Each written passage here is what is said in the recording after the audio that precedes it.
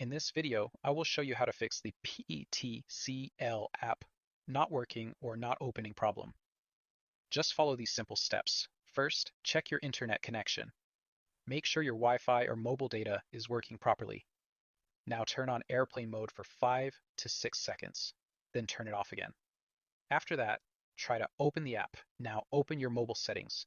Go to Apps, then find the ptcl app.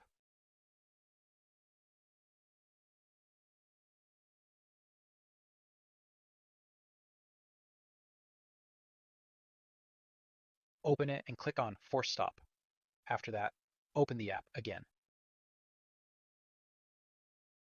Step 3. Update the app. Now, open Play Store and search for the ptcl app. If there is an update available, update the app. If there is no update, then wait for some time because sometimes the server is down and it gets fixed automatically. That's it! Your problem should be fixed now. If this video helped you, don't forget to like and subscribe for more videos.